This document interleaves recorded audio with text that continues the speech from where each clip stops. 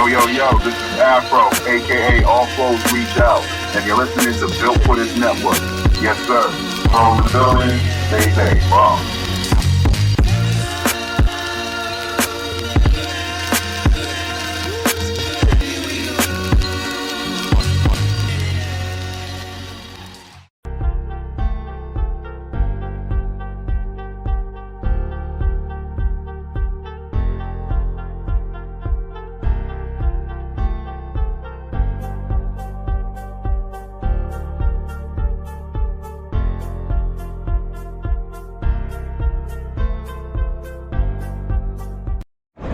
It's official. Style Guys is trending for the holiday season. Located 1252 Burnham Ave in Calumet City. Being black owned and operated with new items weekly, in store, and even online. And with over 50,000 followers online, you can't miss out. Sales going on till 2022. Like jogging suits, hoodies, t-shirts, Jordan Craig, smoke rise, crisp, sweaters, and so much more. So beat the lines and order online from Style Guys, 1252 Burnham Ave in Calumet City. Contact them today at 708-801-9481. Again, 708-801-9481. Or check them out from Tuesday to Saturday from noon to 7 p.m. or Sundays from noon to 5 p.m. Style Guys, 1252 Burnham Ave in Calumet City. Life, fashion, style. Follow some of the newest styles by Style Guys in Calumet City. Lock in The Style Guys on IG or look them up, thestyleguys.com. Gone wild! Feeling myself, but I stay in my lane. I know you thinking you nice, but you sounding the same. He need to switch up his flow, but I know that he ain't. Maybe he want to and probably can't. He talk a lot, but ain't saying a word. He's 16, sounding like he be lacing his herb. Reggie Rock told me time to just focus and spit. Quit worrying about the niggas abandoning shit. I dropped broken and they told me quit biting your tongue. The way you writing sounded like you forgot where you from. Say you from the hood, but you sound like a minister now. Yeah, I could take it there, but shit, I just like how this sound. I should address some of this drama, but letting it go. Shit, I can't keep playing with you niggas, I'm getting too old. The last words Bone told me I never forget. Quit playing with this music and do it to death. Shit, I came back.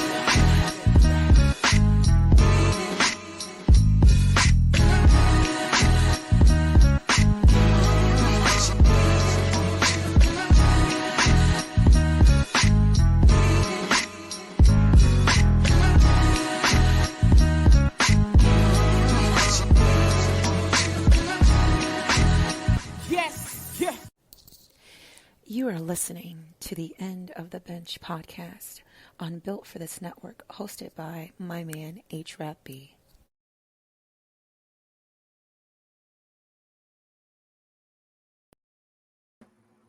Good evening, everyone. It's your man, HRap B, coming at you live and direct as we do every other Wednesday. I almost said every Wednesday. So my man, B, I'm HRap. This is HRap and B, a conversation between two gentlemen. One being 51, one being 28. Father and son duo. This is my son. What's good, son? How you doing? This Wise Guy BJ coming to you live and direct. What's good, man? What your week look like? What's been happening since since we've been on the air? Because I talk to you all the time. Nothing extreme. Same old work. Planning a couple trips. Doing a lot of self-reflecting. Oh. Yeah, I try to do that at least. Honestly, I do it every 2 weeks. And the only reason I do it every 2 weeks, and it's the honest to God truth, is because I get paid every 2 weeks. So I'm like, all right, when this check comes, let's see how we gonna make this a better. How we gonna pay you? Yeah, how we gonna make life a little better? Like, I gotta put in the Start doing it every night. All right. Seriously, you make more improvements if you do it more frequently. Because if you sit back, like what I used to do, remember you would come downstairs, I'd be sitting in my chair, and you'd be like, "You cool?" And I'm like, "Yeah, that's what I was doing. I was reflecting, trying to be a better." I remember when we moved to the other joint on Monroe. You used to when you come in for work. Hey, Keisha. Sit in the back for a little while. Yeah, exactly. I used to sit in the back, cool out. Even sit on the back porch. Right. So, it's easier to make improvements steadfastly than to just do it every once in a while, because you might forget something that you didn't think of. Like you might think of something today, you get paid next Wednesday. You ain't think about it anymore. Yeah, I mean, that's true too. Yeah. Well, what we're gonna do is let everybody know this is a podcast, as usual. You already know you're gonna be able to get it on Built for This Network, where you can download it on Spreaker.com or subscribe to Built for This Network on iHeartRadio, Apple Podcasts, Spotify, Amazon, or wherever you download your favorite podcast. That's where you can find it, Built for This Network. Now, B, we have had an interesting last couple weeks. Well, about a month. I was just about to say about a month. Yeah, and there's been a lot of gun violence. And me and you've had this conversation way before now. And I want your thoughts on what's going on with the gun violence, first and foremost, and then we get to the questions. I really just think it's complete chaos. I really think we need to get a hold of everything. I mean, we need to, get a hold of everything. Like, somebody needs to hit the pause button, and we need to figure out what's going on, what's the problem, and come up with one hell of a solution. Because this is really just getting out of control. Because it's like, okay, then we keep trying to. In my opinion, I think we keep kind of trying to brush it under the rug. Because I remember when I was younger, you only heard about it every now and then. Like, Lil Greg was shot right here, and they'd be like, all right, cool. Lil Greg got shot in January. We probably wouldn't hit nothing extreme until about April, then probably something around July, then maybe some around my birthday in September. And it just was spaced out. Like, if I know we got a lot of Chicago listeners, like the Chicago media takeout. It's like every time I wake up, jump on there, just see what's going on, is bam, bam, bam, bam, bam. And it's like, whoa. You know what? What if I told you is we average 19 school shootings, 19 mass shootings a year since 2003. That's since you were 10. I'm getting a little crazy. That's what it is, though. Yeah. See, we get caught up, in my opinion, in these situations to whereas we think because it's not in our face, it's not happening, right? And I brought that up on the last show. Right. So, this wasn't happening. Well, yes, it was. It was always happening. But it's just we have social media. Like you said, media takeout. Wasn't no media takeout 30 years ago. CNN only started in 88. And I was just about to say that, like, a big problem is social media. You got Facebook, Instagram, Twitter. Then we got the news. Then we got the CNN app. Then we got the, what is it called now, the Citizens app. And everybody's reporting on the exact same thing. But guess what they doing? They gonna throw a twist on there. Mm-hmm. B News gonna be, 9 people got shot in 10 minutes. And then Nikki News gonna be, 60 people got shot in 10 minutes. And it's like, hold on, man. Wasn't that in the same area?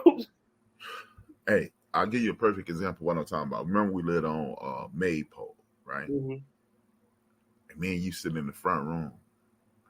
Somebody opened up an AK-47. Right? And they laid down like 8 people across the street from my house. That never hit the news. I always say that, like when we have, what they always do. Like I only watch the news. I only really pay attention to it, like the news, TV news. After the holidays, like after the 4th, after Memorial Day, after Mother's Day weekend. When they go down. Right, and then I go, man, and I know this is totally messed up, but I go, I wonder how many people they didn't report. Hey. And see, another thing, like out west, we from the west side, you know what I mean? And when I was I might have been a little younger when I was your age, 28 years old, me and Vito and Mike, we in the streets. We out here. Man, you get shot on Madison and Pulaski. Nothing told. And now you get shot on that same corner. Fox 32 will say somebody got shot in 4200 block of Madison. CNN will say somebody got shot in the 4200 block, or somebody got shot on Pulaski, which is the same block. Same block. Well, actually 4,000 block. 4,000 West Madison. Somebody got shot. So then they'll say, somebody got shot on South Pulaski, North Pulaski. It's the same block. Same thing. But it's three different stories makes it seem more horrific than it actually is. And that's how Chicago gets this reputation, this recent reputation. You know what's real funny? I just told my homegirl LaShawn this, and she would just ask me because she's she's about to move, and she said, "Hey, why do you like the South Bird? Is it dangerous out there?" I said, "Of course it is." And she's like, "Oh no, I ain't moving out there." But then I said, "Sean, where's it not dangerous?" I mean, especially in this county, right? Like, I said, give me a part of Chicago that ain't dangerous. He said, "Yeah, you about right." I'm talking about, I literally just got off the phone with her. So, I mean, I get it. I definitely get it. And I've been saying that for years, and I think I want to say I got that from you. Like, I understand that completely. But even though they reporting on these 1,000 different people reporting on these stories, my problem is there's still a story. Like, that shouldn't even have been a story to even begin with. Indeed. Because, I mean, look, man, it's sad. You know, the real thing, sad thing, man, is this. Gangbanging could prevent this. Yeah. Well, Chicago-style gangbanging could prevent this. Yeah. You know what's crazy? You know what's wild? Me and my customers were literally talking about this.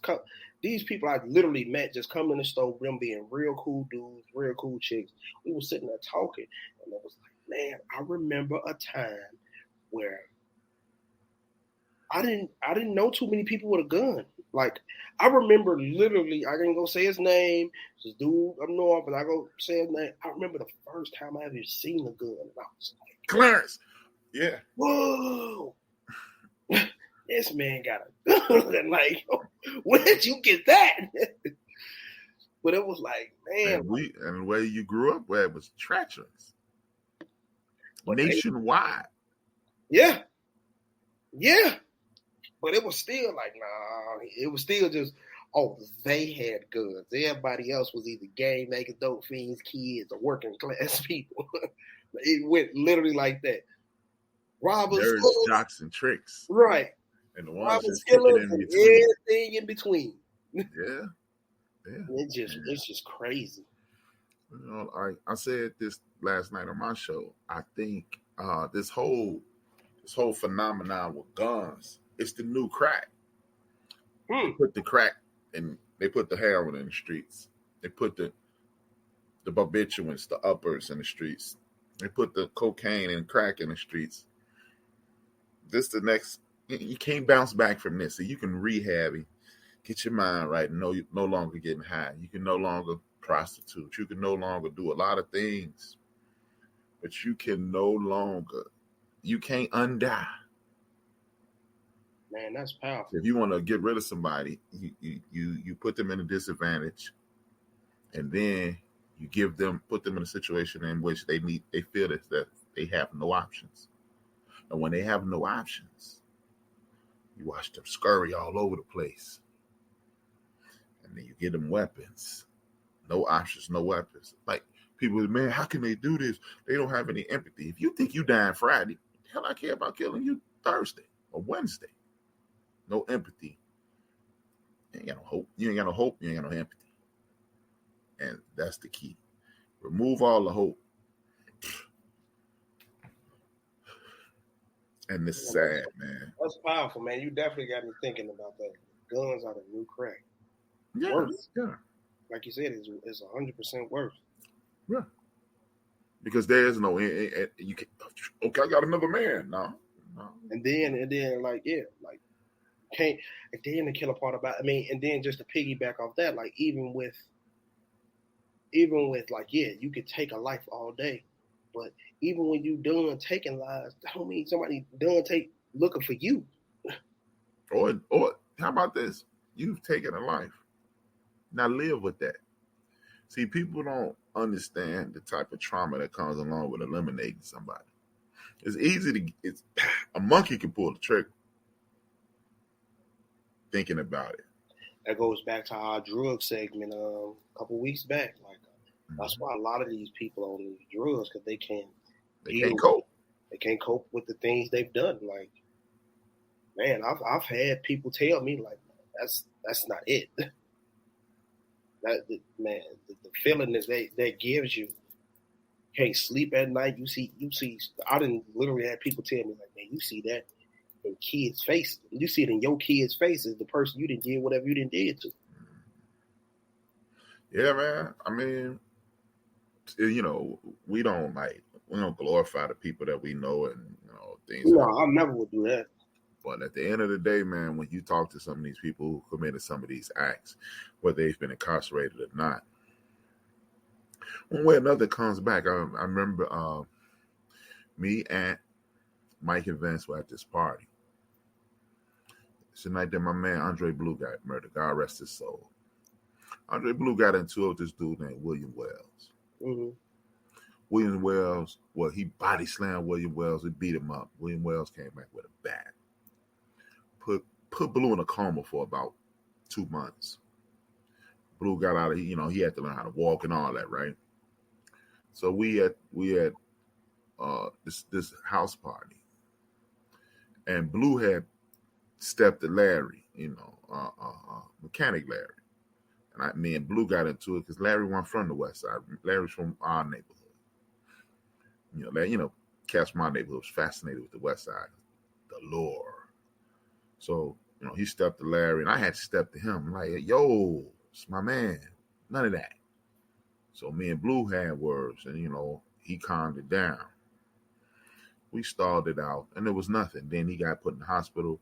First time I saw him was at that party. And just to show you how it was starting to get, you were about 5. You're about 5. I say you're about 5 years old. And we still in the 90s hard. And we look up, like I'm standing next to Blue. He apologizing to me because, he a different person now because he almost lost his life. And I look up towards the door. I'm reliving it because I know he was there, but show you, you'll get to the point when I finish the story. I look up, I see Wells, and on this side talking to this girl named Felicia. I'll tell you about Felicia later. Remember we used to call her Aunt 5K? Yeah, I remember. I know the story. But he talked to Felicia, and out of his element. But Aunt, Aunt a cool dude. He shape shifting. He moving when and how he's supposed to move. So in the midst of him talking, me, Mike, and Vince, we literally meet in the middle of the dance floor. Time to go, and we were looking for each other. I said, I'm finna get Aunt. They said, all right, we out. I go get Aunt. Aunt spitting that thing. I was like, yo, let me get a number for you. I said, I know her. I say, Felicia, let me get this number. We gotta go. Me and Aunt walk out the side door. Vince and Mike walk past William Wells, get in their car. They go west. Me and Aunt, we back to the north side. We going east. I'll never forget this as long as I live. I start the car, and I look to my right, just in time to see William Wells pull out a gun and knock Blue down. And Blue went down on one knee like this and died because he hit him in his head. Now, the reason I'm telling you this story is William Wells went to the penitentiary, got out, and was, doing relatively well, right? Let me show you how karma catches up with you. William Wells was working for the railroad. And while working for the railroad, a train runs him over. So you can get away with it. You can change your life and all that. But hey, man, this stuff catching up with you, man, one way or another. I can't remember who else said that. It might have been even Vince or something like that. But it was like, man, the tape, no matter what happens, tables will always turn. They always. And you just, man, you just better hope you're not at the end of that, man. So That's why I never really played with the gun thing, and it was situations that I just wasn't prepared to deal with. I'm not gonna tell you I never had anything with me, but thank God I never had to. I never was put in a situation where I felt I had to, because you don't never have to. Well, it's very, very rarely that you. I'm about to say, but yeah, you about right on that. Yeah, it's very rare. And that's kind of like one of the questions when we get into it. It's like, you know what? I'll just wait till we get into it, then I'll bring it. Word. Well, let's start with the questions. We got it right here. First question. You, my son, have never seen your father with a firearm, but you have a firearm, and you are a proud firearm carrier. You have conceal and carry, because I've been pulled over in your car and they asked me, where's the weapon? Like, what? No weapon? Where's the gun? Where's the weapon? Now, they proceed home with the dope. But they proceed with caution. I remember I told you, I said, man, get naked, see and carry is the best thing on earth. You said, why? I said, because it's on these plates. These police scared to pull you over. They know you got a gun. They don't know what. It might not be. No, I'm just not. I mean, not all the time. Might smoke that chuck wagon home, boy. I mean, not all the time, but most of the time you drive. That's why I don't drive your car no more. You driving and they get behind them plates and they go. Which is technically illegal to run your place for nothing. Pretty much, but they done already ran my place 10 times by the time they pulled me over. I remember the time we went to pick up Aaron Foster and they chased us down for like 4-5 blocks. I said, of course they ran these plates. You like, why they don't pull us over? You said, why they don't pull us over? That was that night. I said, because they think it's a gun in here. yeah. I remember that. It was about 11:30 at night. We're in the White Lands. Yeah. Now, what was the question again? Why did you get a gun? You? Because of you. Honestly, you didn't let me play with them. Oh, really? I told you I was going to shock you with the answer. The honest to God answer is I went and got a gun because you, Vince, or Mike didn't let us play with like toy guns or nothing. So I was fascinated with it. So when you go, man, don't touch that, leave that alone. There you go, tripping. I can't even play cops and robbers with my cousins. So it's like I never got a chance to experience it or see what it really was. It was just this hidden mystery my whole life. And then again, like I said, did I say at the beginning of the I said at the beginning of the conversation, it wasn't a million guns laying around like how it is now, where you could just get your rocks off by seeing a couple like, all right, cool. It was like by the time I had got my gun, it was a million, but it wasn't. They wasn't at my disposal. Wow. Wow. I rent you. Because I didn't. But see, that's the thing, what it was. Well, clearly no, not really. I won't say it backfired because you didn't play with guns and you don't play with guns now. No. And then a big reason I don't play with guns, my life, I've always, no, you know what? It goes back to what you told me. God is only going to show you so many times. So anytime I even pretended like I was going to play with a gun, something real stupid happened. Like, man, I'm going to gun. I'm going to kill my gun right now. Hey, man, did you hear what's name just got shot? Maybe I won't like that. Yeah. I mean, but see, man, we ain't let y'all play with guns. You might convince. We ain't let y'all play with guns because Lorraine. We can't. Yeah, Lorraine. Yeah, we came from the knuckle up situation, man. That gun thing, and see, then you think about the night. You don't know about this, but just one night, cousin Melvin murdered this dude in front of us. I heard the story because he put the gun on Vince. Right, and it's just that gun thing, man. What it does is, and you could probably attest to this. This is what the point I wanted to just bring back up. If I'm thinking right, you're about to say, but go ahead. When I can remember when I was dumb enough, like me and Dredge, your uncle, we was buying guns, and he had this nice 380. He had 22 and 380 and AK-47. I had a 380, and my stupid behind for like, I used to come from the West Side, kicking it with Vito now. I get on the Shaw. I get off at Clark and Division. Pull the gun out my book bag. I got some decent sized hands. I just walk down the street with a 380 in my hand, just like this. I would pull my sleeve on my coat up and walk down the street, walk past Sammy, walk through Carson, walk through the gate, walk down Cedric. When I got to about Gertha or Scott, just open my bag up with the gun back because I'm home now. Nobody gonna run up on me on the block. Everybody on the block know me. Hell, everybody in the projects knew me. Whites and reds. This is doing stupid shit, but I knew that I felt empowered with that. I remember looking around like, oh, I wish they would. And that's when I stopped. I was like, what are you doing, clown? Same here. Like, I don't have that same exact story, but it's about that. Like, that's exactly the point I was trying to bring up. Like, guns give people mental superpowers.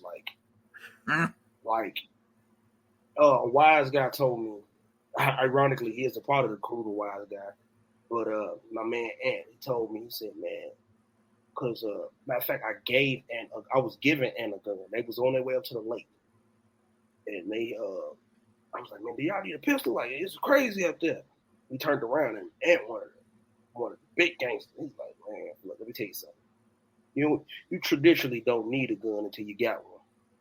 We straight, and walked out the door. And I looked at him, time out. Then I thought about it. Like, every time I had a gun, I'd have had to hey. Yeah. As soon as I didn't have it, it was like, hey, man, what's gonna happen is gonna happen. You step on somebody's shoe, I'll apologize. They step on my shoe, I'll apologize to them. Hey, don't even worry about it. Don't even worry. Right? My bad. Let me go about my business. I gotta go home. So I get exactly what you're saying. Because man, something crazy. And then like that night, Marlon got killed. I told you about that. We were on the north side, far north side, on Pine Grove. Worst night of my life. Because one of the last things that young brother said was, "If I get shot, I get shot." 2 minutes later, he was dead. And we was in the knuckle game hard. TSP was in the knuckle game hard. We was going around the city. People knew when we showed up, it was going down. We even had a call signal for a fight to kick off a fight. He owned me. So we weren't doing the pistol play shit. Because see, when you start pistol playing, it ain't no going back. You know what I mean? I remember my freshman year of high school, I literally stopped hanging with my crew because of this one incident. Remember that little park that they used to look every annual thing down the street from across the street from where Lil Ryan used to live. Yeah, and that little semi-park, right? Yeah, the little 4th of July thing. Everybody should show up right there. I remember. Right. Remember that gazebo was right there? When that Mm-hmm. man first put that gazebo there, I was walking with my little crew, and one of the homies pulled out a 38. Wow. I look, I said, I'm out. Oh, man, you scared? Nah, yeah, I am scared. I'm scared to go to jail. Because, at that time in my life, I'm thinking, man, I'm finna go pro. I'm not finna let you ruin that. But, so that gun thing was never my get down, besides maybe it was a month period, like a month I was coming home, walking down the street with a gun out. Like a damn fool, man. I feel stupid even saying it. And my gun thing been on about, I wouldn't say it was a long, I'd say about 6 solid months. 6. And that also had something to do with the side of town I was working on too. We worked on the east side of Chicago, and anybody, the east side of Chicago ain't been right ever. Everybody talk crazy about the west side. Everybody talk crazy about the south side. Everybody talk crazy about up north. That east side, everybody know that ain't right. Everybody can equally agree. Like, man, somebody from the south side go, man, west side crazy. Somebody from the west side, south side crazy. Up north, west side crazy. Everybody in that exchange can go, is gonna agree. Hey man, that east side ain't nothing to be playing. Yeah, man. Yes, because when I'm doing my shows, right? Woo! I'm surprised people don't always complain about the police because it was hot as fish grease over there. East side is Tetris, like It's we was treacherous. We was a clothing store that didn't close till 12 a.m. Yeah, I know. I used to been by there. Yeah, like Juju them will come pull up on us, but y'all don't know, man. And then we all walk up out of there, 4-5 pistols. Like, yeah, we gone. Everybody in their cars, or we all just sit there and look crazy. Somebody walk in the store. It be times, but like people walk in the store, it's 11:30. Honest to God, and I know a lot of people look at me like I'm crazy when I say this. It's about 11:30. We probably got about every bit of, I don't want to exaggerate this number, but every bit of about $30,000 cash in the store. Cash money. Yeah. Anybody can walk up, and they know we're about to close. Right. That's the scary part. We got every bit about 30 grand in this in cash, cold hard cash. Some people don't even make 30 grand in a week. We making that in a couple hours. Like I used to bet on y'all, and I used to see it. Like people, hey man, let me get the robbers. How much is it, man? That whole fit about $1,300. Man, I got a G flat. Come on with it. Whole time it probably cost us $400. Yeah, right. $400 for the whole thing. So yeah, a big part of it had to do with the East Side thing, and then like a small percentage of it would be like about 60-40, you 40%. Like I never got to what's the name, and then it was like, hey man, you better stop protecting yourself out here because these niggas is crazy. So because the store was so big, it was like, yeah, Peanut got my back or Juju got my back, but they can't run to the back of the store quick enough. Right. It was a big store. Right. And then it had, like, remember our store had individual rooms. So it was a room of shoes, a room of jeans, a room of coats. And I'm back there cleaning up, folding up jeans, making sure the shoes, wiping shelves down. And then, like I said, it'd be some days it'd be 10:30, 11 o'clock, and I'm in there by myself, peeing up front doing this thing. Group of dudes walking there. You're like, oh, nah, it's time to stay on your P's and Q's. And that come up to our second question. That's one of the reasons I got the conceal to carry, because that was the next step. Right. It's just like with the conceal and carry thing, I definitely understand it, man. I mean, they made it legal. Like, one thing I respect about people who took the time to get the conceal and carry license here in Illinois, you took time out your life to go get trained properly. And you're carrying this knowing that you know how to use it. Instead of some jackass going on the corner talking to this guy, getting the gun, shooting himself, or what have you. And so I get it, man. You feel like that's what you want. But see, thank God. What's up, fam? Trades for days. My man in the building. Big Illinois in the building.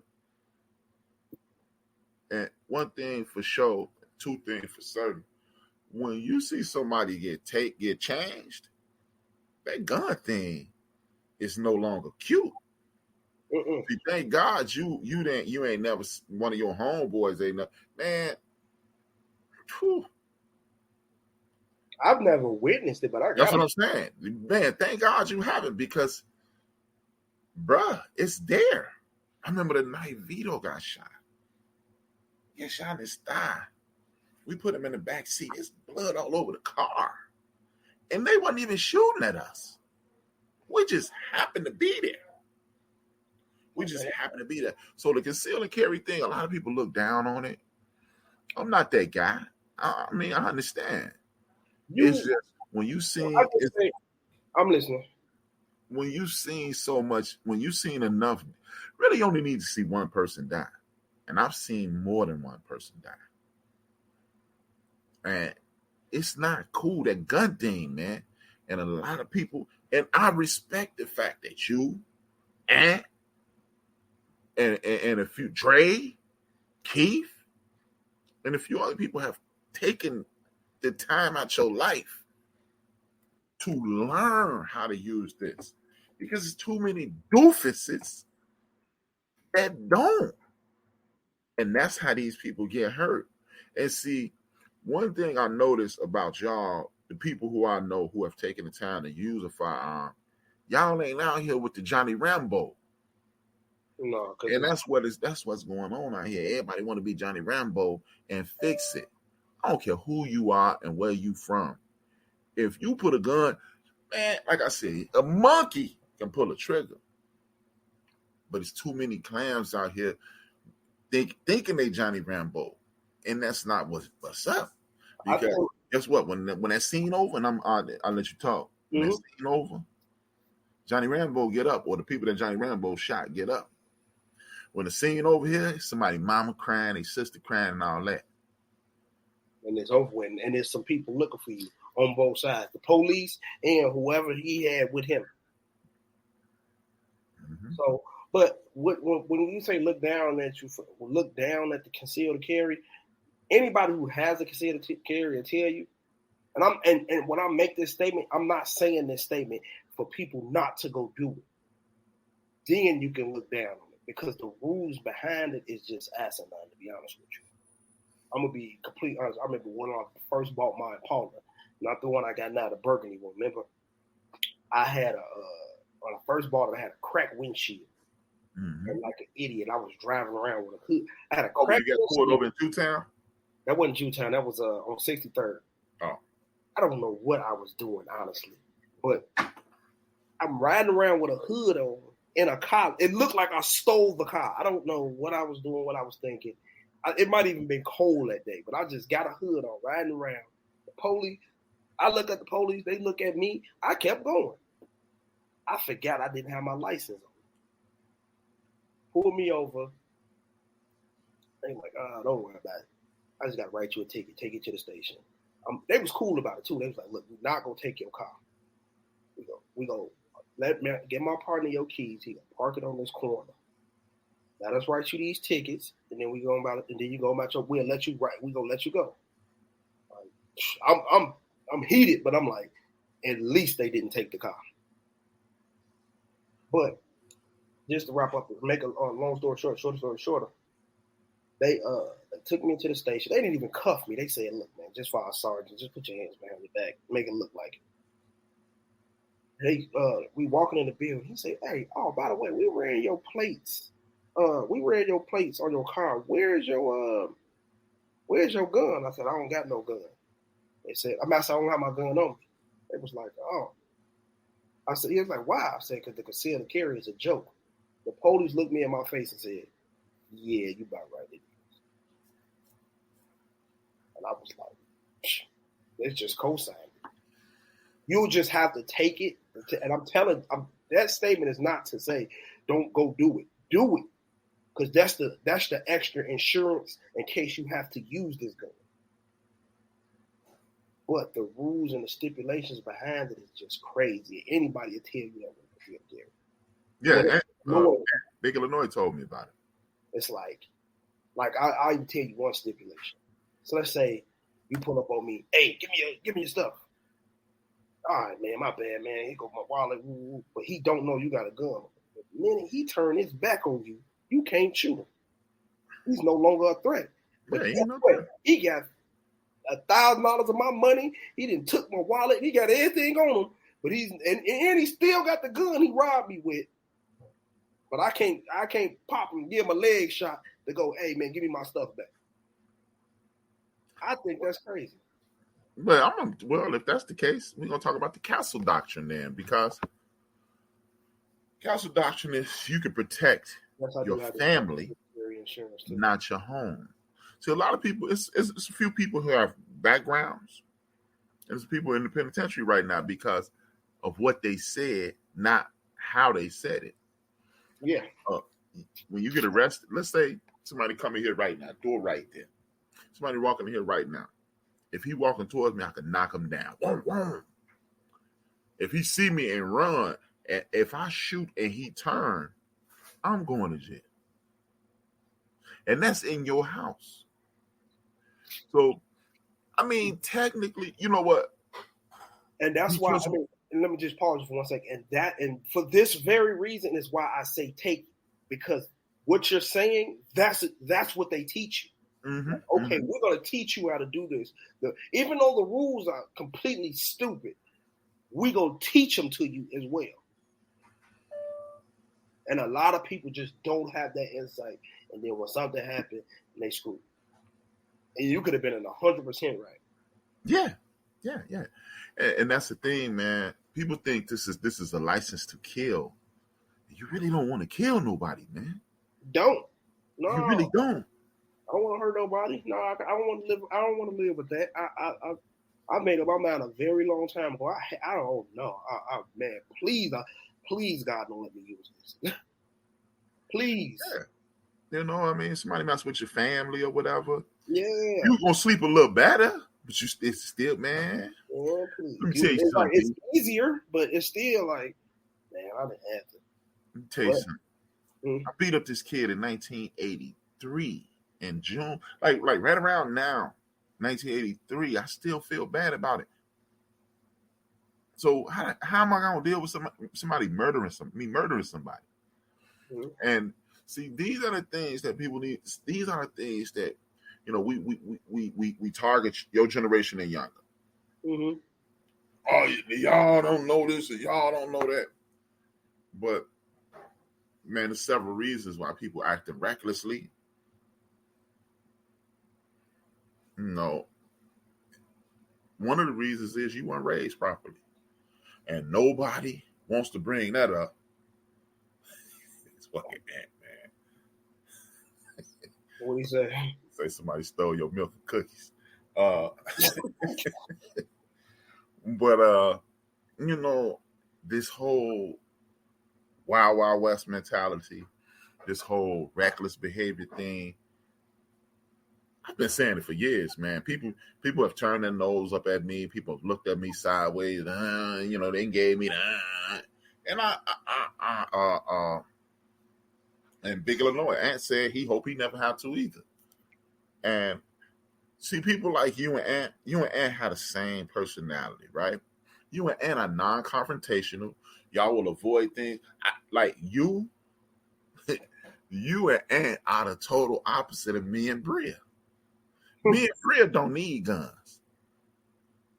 You do not want to put a gun in me and Bria's hands. You know what's crazy? I was talking to my mama and I said, man, it's crazy out here, man. I live too far away from y'all to get to y'all. Y'all should get y'all. She said, what? I said, you know what? Never mind. Yeah, because Bria will pop somebody, man. I promise to God, you better and probably go and lay down like that. Bria ain't no punk.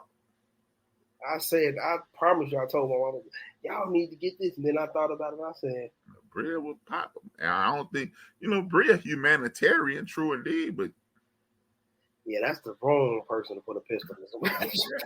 Run up in Bria house. It's your first time be your last earth memory. It's gonna be a problem. Run up on Bria if you bad. You bad. That's just not the person you want to pull that with. Man. So, you know, it just this whole gun culture, it's a byproduct of not parenting properly. We don't want to admit it, man. Like this whole culture of the police destroying young people, this whole culture of reckless behavior with young people, inability to respect elders and things of that nature. You have to be shown that. That has to be something that you see. You know, I never told you, hey, BJ, you better respect my mama. But yeah. You know why? Because even though me and my mom would be at odds at sometimes, it was never a voice raised. It was, I handled it like when I was 12. So you was like, I remember the day, dude, I will go down, it goes down in history to me, the day that you realized grandma meant my mama.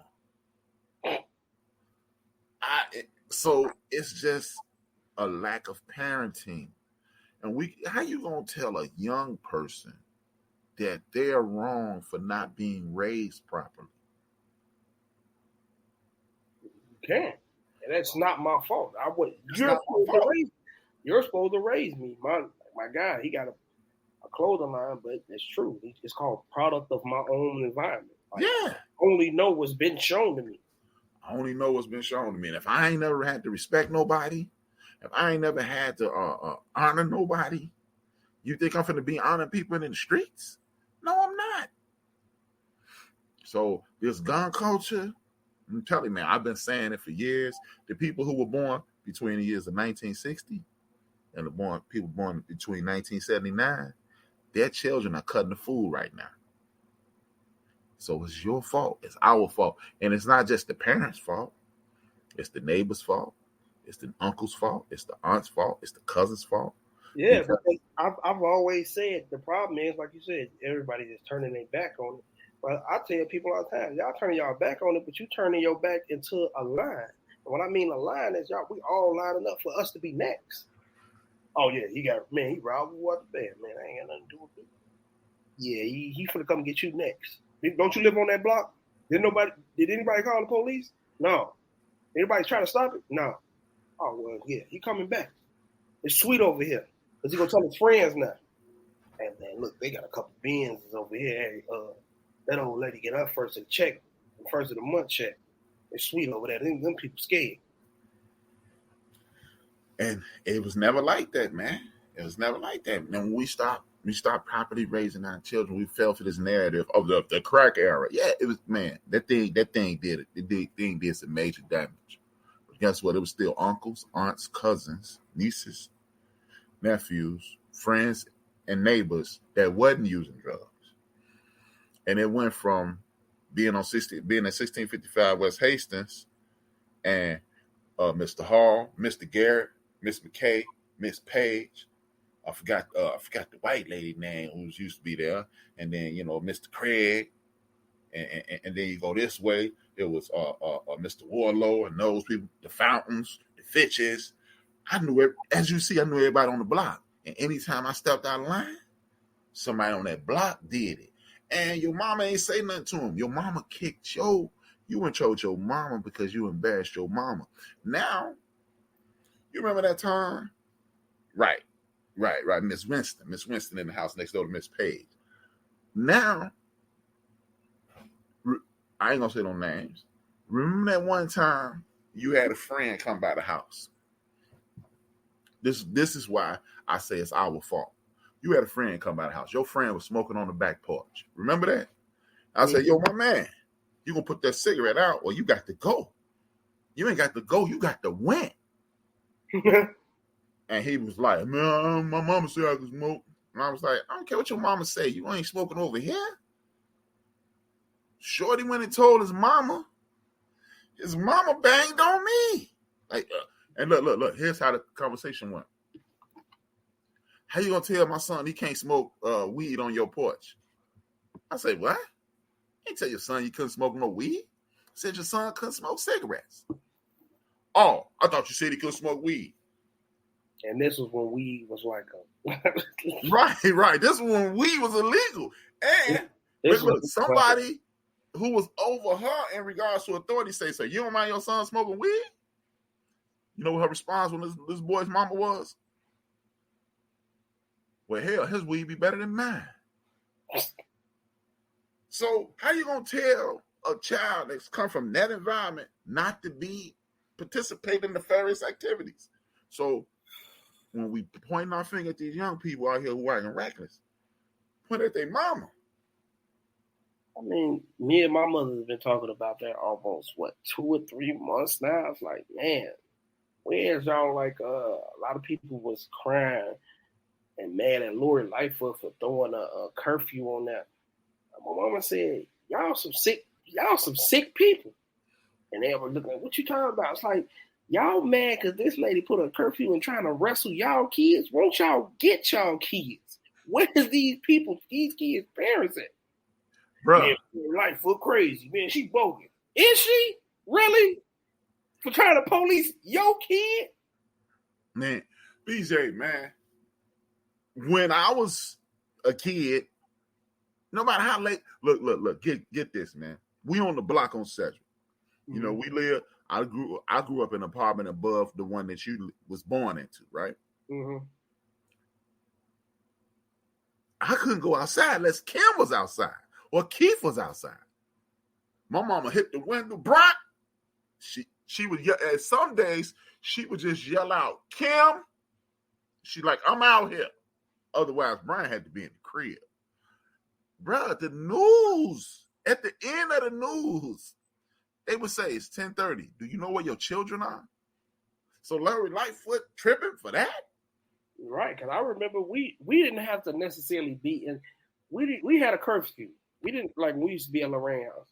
We didn't necessarily have to be in the house. You had to be in front of her. But when that door opened, you had 3 sets of eyes supposed to look back up. Like, remember them long steps she had to go up her house? Right. 3 sets of eyes was supposed to, all right, y'all got another 30 of them. Yeah, you got 30. And then the good thing was at her house, you could go on the back porch. Exactly. And then we'll be like, all right, we got another 30 of them. All right, she come outside, and this is how we used to finesse it like this. Hey, we finna walk Mike Lacey home. So now we get to stroll down the block for a little while, and we come right back.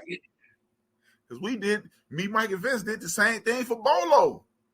Like, yeah, we got to walk him home. She used to live in 1942. Bolo lived at 2242. We'll be back. Like, yeah, and we walked. We was taking midget steps to get to Bolo house. Yeah, because Lorraine lived on not 16th, 17th and Ridgeway, and Mike lived on 18th and Ridgeway. So we just right. So and how honest, like you said, but see, this is the mentality. This is why this weapons thing is out of control, because you got people. You can't tell my kid what to do. Yes, the hell I can, because we used to have a curfew. Wasn't nobody grown around, wasn't nobody 18 old around you. We don't need you to get in this van. We see you on Chicago Avenue in LaSalle till your mama get here. And then if your mama got to come down there, now you get slapped all upside your head. You just didn't want those problems. I vaguely remember that around Cedric too. Like if we was on the inside, they had a curfew on the inside, so you had to be a certain age. But if you was on the outside of the system, them wagons was coming. Yeah.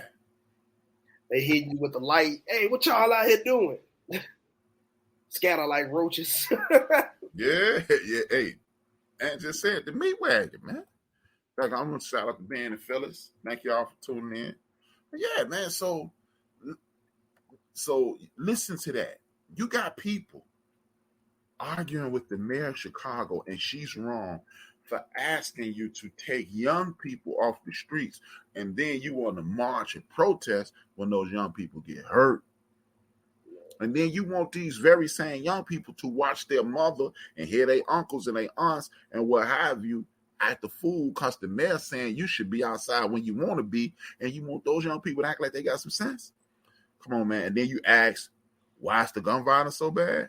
Because you're making it that way. And like you said, like even with the situation, I got to get familiar with the situation, but the situation with the boy got shot on Chicago Avenue on his back, and his mama yelled out, oh, man, he ain't going to be able to play basketball no more. He was an all-star basketball. Right, I remember that.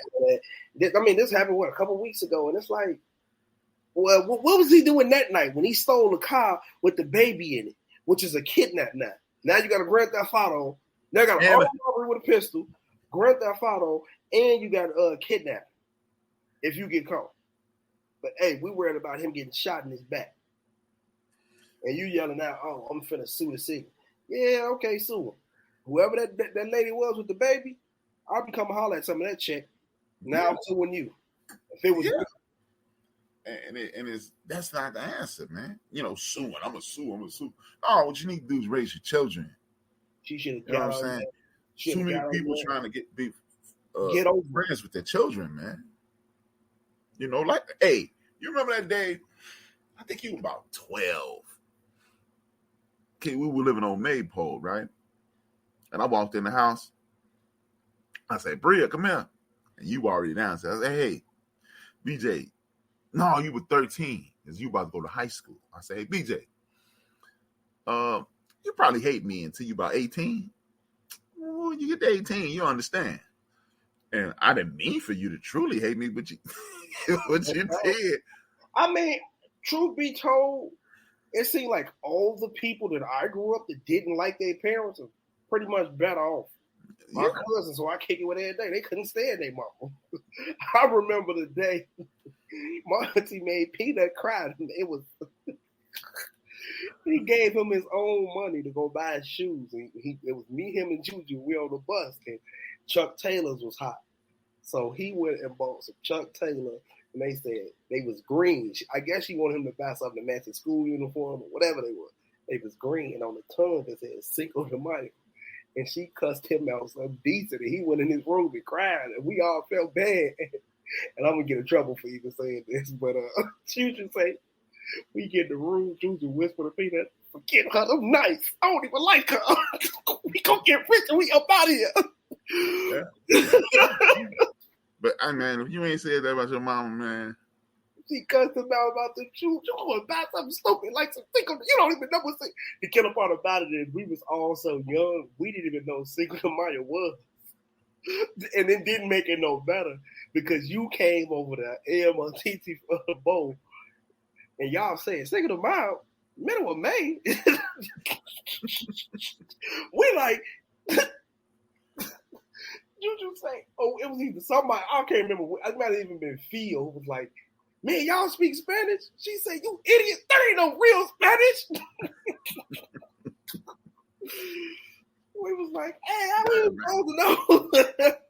So, yeah.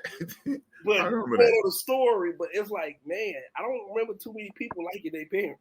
That's all right right now, at least. Your parents to get on your nerves at some point, man. If you ain't go in your room and say, that's when I'm going to get rich, and I ain't saying nothing else, I send her some money. You always throw that in. I'm going to send her some money, but I'm saying nothing to me. You ain't say that, man. Your parents probably didn't do it right, man. I'm going to send her a couple dollars. You were hearing yes too much, man. You was working with the yes network. And that's just not the way to do it, man. Children need discipline. And you know, like, remember I used to tell you, hey, man, you used to be like, man, grandma's so cool. I was like, dude, grandma ain't my mama. That ain't who raised me.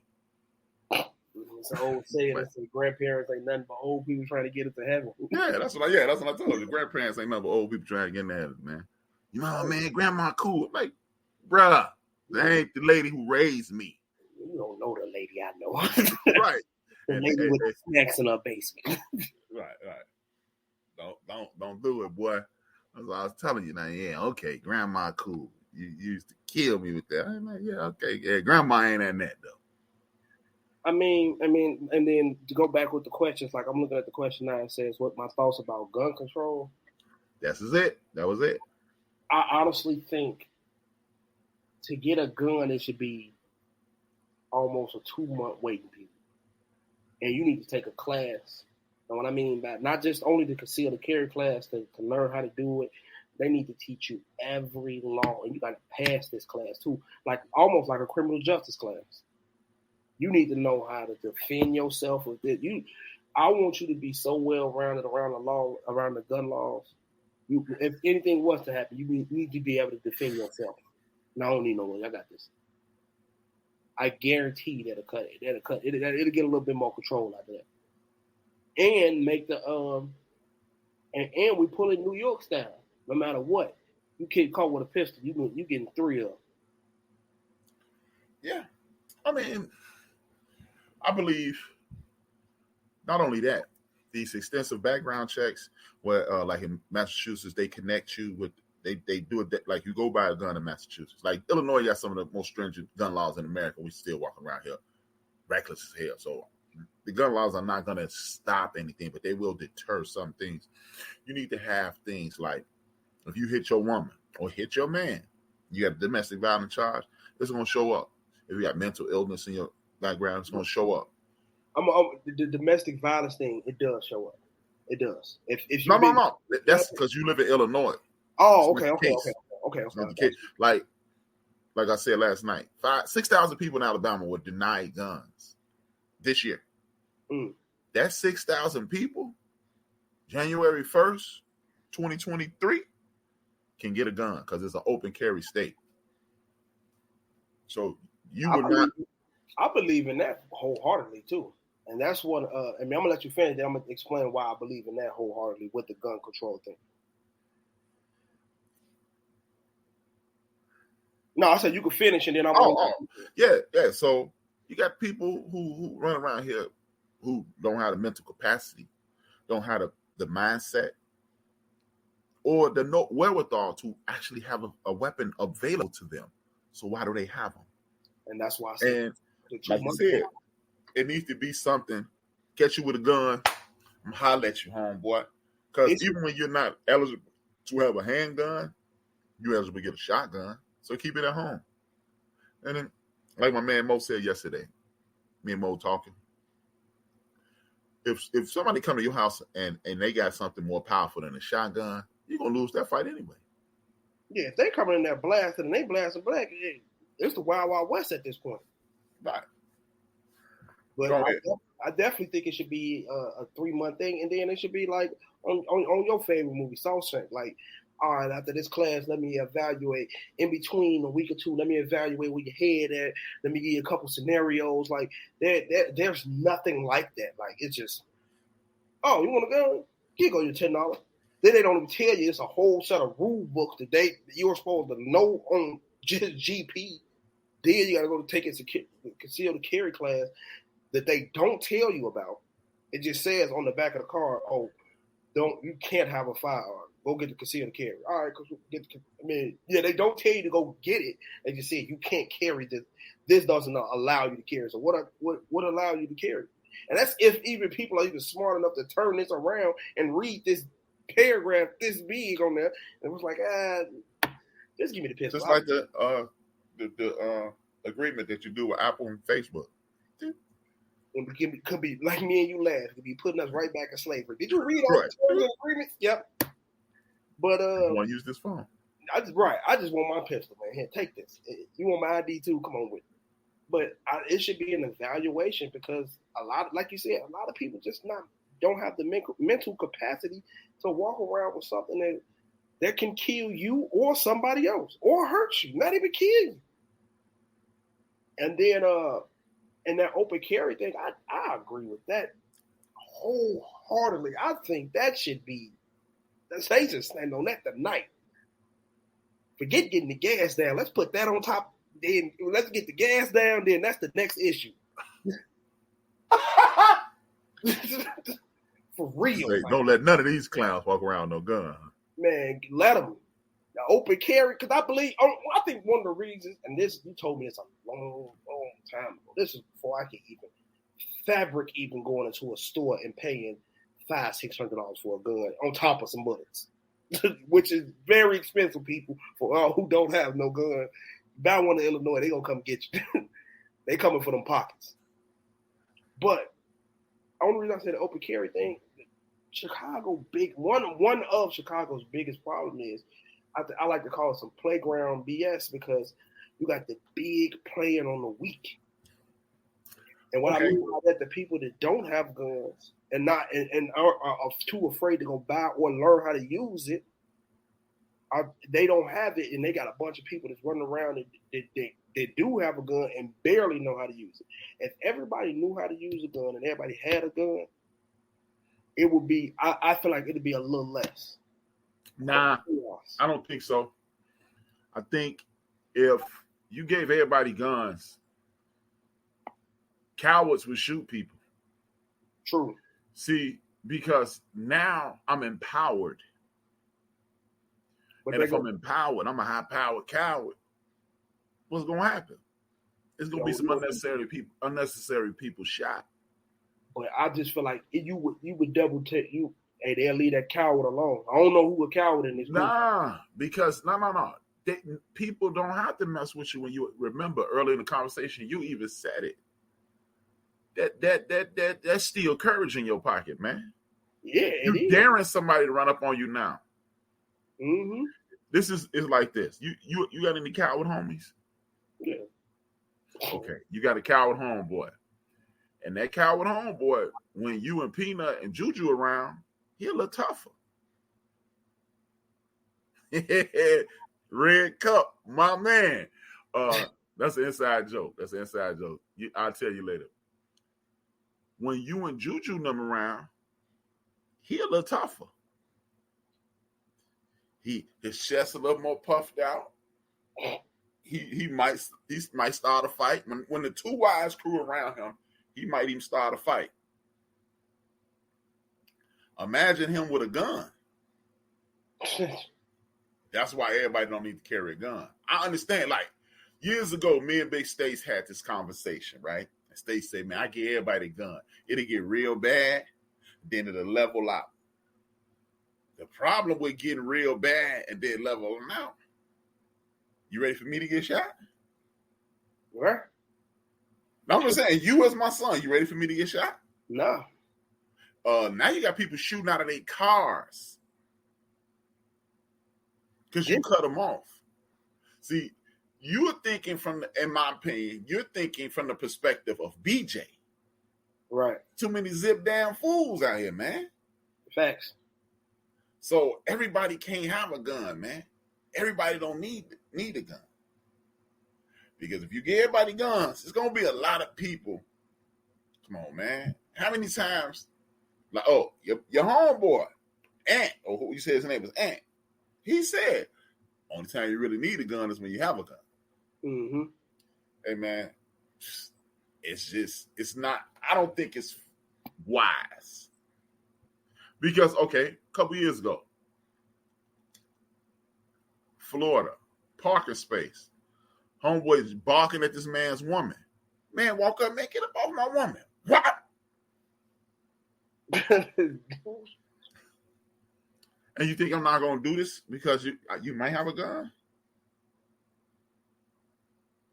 I'm walking up to you with my gun out now because I know you got a gun. Yeah. Ain't nobody finna do the honor system. Take 10 paces and turn. You turn your back, I'm gonna shoot you in your back. And I'm gonna leave, man. So see, that's what I'm saying, man. See, in a world in which we dealing with intelligent people, less emotional people, yeah, then everybody can have a gun. Mm-hmm. But see, now, how many people you know scared to go outside right now? A lot. Okay, they scared to go outside. You give them a gun, they gonna go outside now. What's gonna happen when they go outside? They're gonna shoot the first person in skin. There you go. That's why I don't think everybody deserves a gun. They're gonna shoot the first person they see. Ah, bah! You know, like the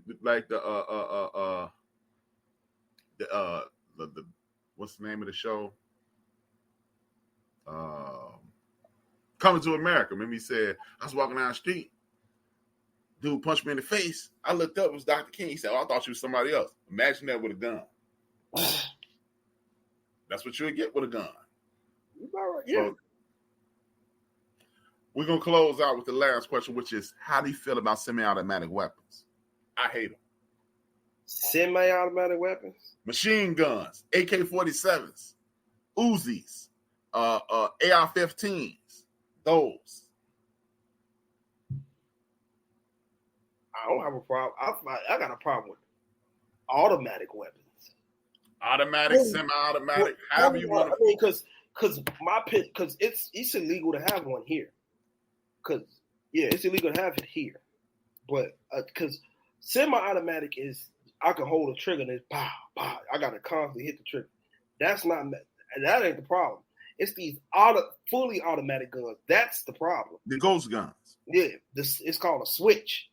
It's a literal switch on the back of this gun that you pop it back and forth, and it rapid fires. That is the stupidest thing they could have ever let happen. So, you have a problem with semi-automatic or automatic or whatever, however you want to call it. What's the difference? If I can go doom, doom, doom, doom, doom, doom, doom, or I can go, what's the difference? If it take me a minute and a half, to shoot 32 bullets or 90 or 45 seconds. Because when you're shooting a semi-automatic gun, you have time to reset. If I'm shooting at a target, boom, boom, boom, boom. If it's not going where I need it to go, I can reset this. Like, all right, okay, boom, boom. Some of these guns that these kids are shooting, they have now, trick is all you gotta do is rub past the trigger, the whole clip is gone. I don't like them at all. Because for the very same reason. So many people who are into this thing emotionally. When you're in this thing emotionally, we don't know what you're capable of. Right. I don't understand why you need a semi-automatic, automatic weapon, what have you. Mm-hmm. Now, one of the arguments is, hey, man, they have them, so we need to have them defend ourselves. Okay, I can go along with that. I can't, but okay. I'm just saying, I can go along with that line of thinking. I mean, if the people who don't like you have something that's there and they on your heels, yeah, I understand that. But why are these weapons being so? Why can me and you go into the Army surplus store up on Lincoln Avenue right now, just south of Belmont on the west side of the street, and go get Kevlar vests and bulletproof helmets? Why can't we get that? A semi-automatic weapon or automatic weapon is made to destroy human life. It ain't for no hunting, man. Like, oh man, I'm hunting. Who? People? I mean, I don't get it, man. I mean, look, it's a sport. Who you competing against? I understand, man. People want to defend themselves, and I have no problem with that. But what are you going up against that you need 32 bullets? Yeah, that's the one. Are you shooting in a crowd? That's the one that gets me. I've always got into it with people about that. They like, oh yeah, I had to go get the blue Glock 19. And they'll show it to me, like, yeah. I'm like, yeah, man, that's nice. That's nice. Yeah, and I got the they call it monkey nuts. I got the monkey nuts on it too. They pop it into the gun. And it's 2 barrels and it's 100 rounds. I'm like, my gun only holds 17. If I can't hit this man in 17, my damn sure can't do it in 100. Right. You're going to hit more people than you. That's why I say, I don't know. I mean, I see what you're saying. It's just the terminology because every weapon is a semi-automatic. Everyone. Right. But you're saying, what's the point of a fully automatic gun where you can hit the trigger? And that's why every time, for all who don't know, that the fully automatic weapons that they're using now, that's why every time you hear a crime scene, you hear somebody go, man, there were, they find 37 shell casings. You like, what was they shooting at? That's these fully automatic weapons. But even if, let's say you got a semi-automatic. If you hold it long enough, you're going to get them same 32 shells out. And not the amount of time, though. It's literally a split. What are you doing?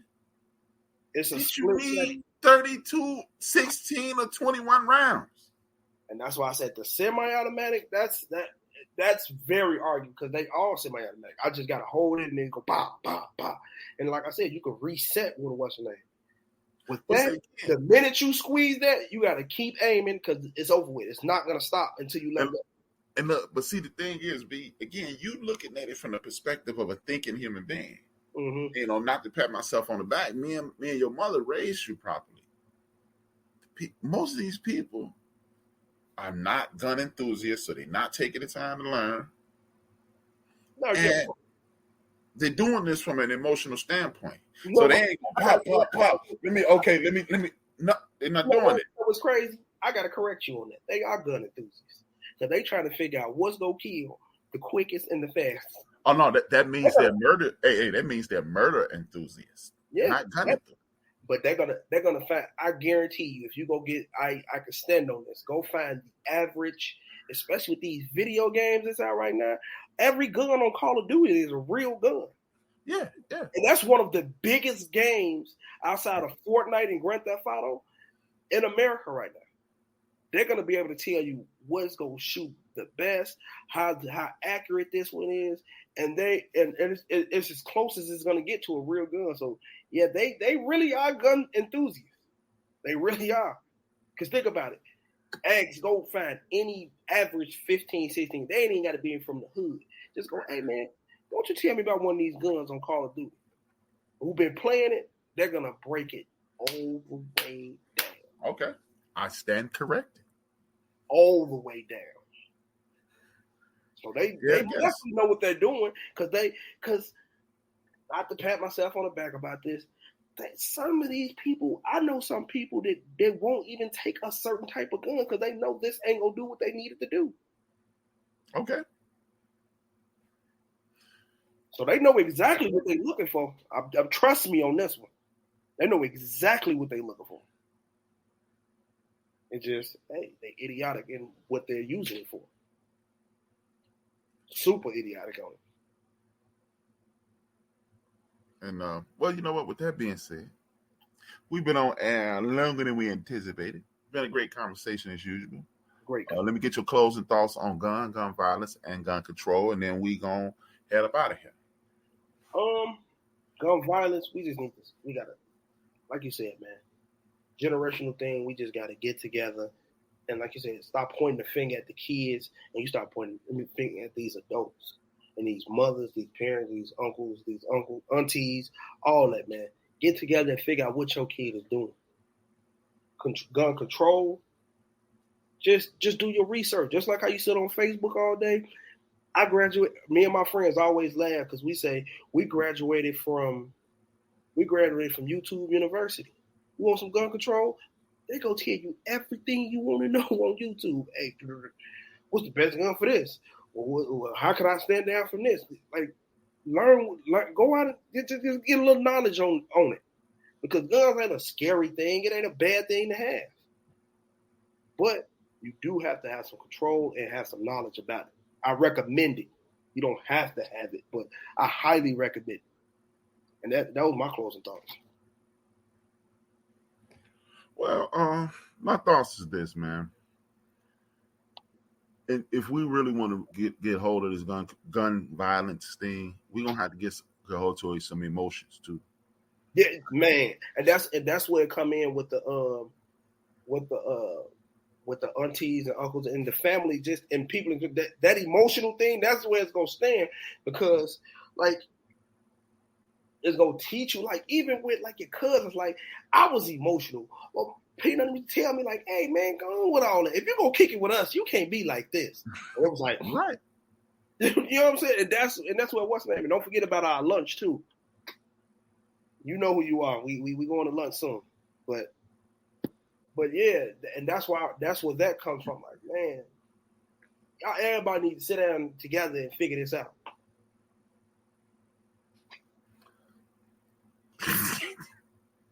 Yeah. Okay. Yeah. But you're right. And that's the support system. Your emotional state is important. If you're gonna have something that can destroy something, you don't need to be emotional with it. We have to engage with each other's lives. We have to embrace each other as a community. A community is not a place; it's a mindset. When you see young people, stop saying, "Oh man, these young people crazy." They're not crazy. Some young people out here disrespectful. Mm-hmm. There's young people out here wild. Mm-hmm. But the vast majority of young people are not. Right. Yeah, some people, they wearing their pants on their butt, but the most of them are not. The game, most people are not. So if we really want to get a hold of this gun violence thing, we first and foremost have to check ourselves and say, it's my responsibility to do what we have to do to make this thing work. Second, and most important, education. Education on it. It's cool that you can tell me what the gun on Call of Duty does. But I would like you said, you earlier said, teach, make them go through some steps. You got to go through those steps to get a driver's license. So do the same thing when you get a firearm. And they teach you. And why these people stand out here with these aborted fetus pictures? Why don't you stand outside of high school and show these young people what it looks like when somebody get their ass shot with an AR-15? We need that same energy. Put that same fear when they shoot with that AR-15 or what jail looking like. Yeah. Oh, and we ain't talking about no, as my homies over east would say, we ain't talking about no crackhead beads. No, he been gone for 6 months and he came back. Or he been doing. We're gonna sit you down for a couple calendars. Yeah, Here go 10 calendars. And when those run out, we'll come bring you some more. Exactly. So with that being said, I want to thank everybody for tuning in. It's always good to see y'all. We'll see y'all in 2 weeks. When you came in with the topic yet, I'm gonna start posting what we're gonna talk about every other week. And then we'll be able to take care of that. And yes, we will make that lunch happen. Yes. We'll make that lunch happen. With that being said, man, as usual, I want to thank everybody. I want to give a salute to the people who give me the inspiration. I haven't done this on my own personal show in a very long time, and I feel like I've been disrespecting these people. These are dope people, super dope people. I want to shout out to Tariq Nasheed, the Ghetto Boys, Ray Grady, Zoe Williams, Craig Smith, Talib Kweli. How about I just read the list? How about that? Craig Smith, Al Sharpton, Heather B, super dope brother Clay Kane, super dope sister Laree Daniel Faye was one of the most informed people in the history of the world, if you ask me. Goes by the name of Dr. Greg Carr, Queen Mother, Karen Hunter, and the dean of this whole thing, Joe the Black Eagle Madison. I want to thank y'all. I see y'all Monday on the forecast on BS3 Network. 2 fingers, 1 word, and y'all already know this. Salute to Reggie O'Shea, a.k.a. Combat Jack, by saying, dream those dreams and man up woman of live those dreams, because life without dreams flows in black and white, where life with dreams flows in technicolor, surround sound. And I will end this the way I end every show. While hanging around toxic people, even if they're family members, you can be available. I mean, you can be present, but you don't have to be available. That's me. 2 fingers, 1 word. We are out. We lust for that cheese, we lose sleep, dreams of that cream. We killing our teens, they dying for this American dream. Them government schemes, they turning us to hustlers and fiends. We hustling trees, them politicians smuggling green. Chasing that cheese, got everybody stressed in the streets. Pardon me for speaking freely, let it breathe.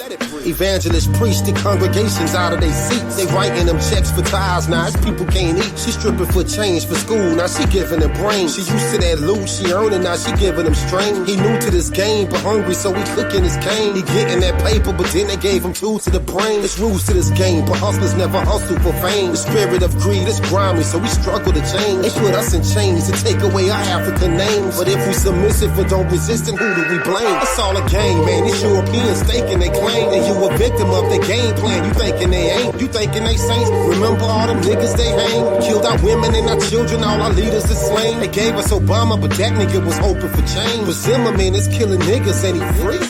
Shit is crazy, babies having these babies and getting checked. But keep the child from they pop to rip his heart out his chest. Our rappers was leaders and now they in the booth in the dress. Spitting bullshit and making more but giving us less. They taking our sound and changing ours, dumbing it down. They taking our jobs and homes and they shutting us out. They taking our kids because it ain't a man in the house. They locking us down, but soon they gon' be wiping us out. They told our women they was too independent to need a man. They told our brother he was too insignificant to advance. It's all a game, man. These Europeans staking they claim. And you a victim of their game plan. You thinking they ain't. You thinking they saints. Remember all them niggas they hang. Killed our women and our children. All our leaders is slain. It's all a game.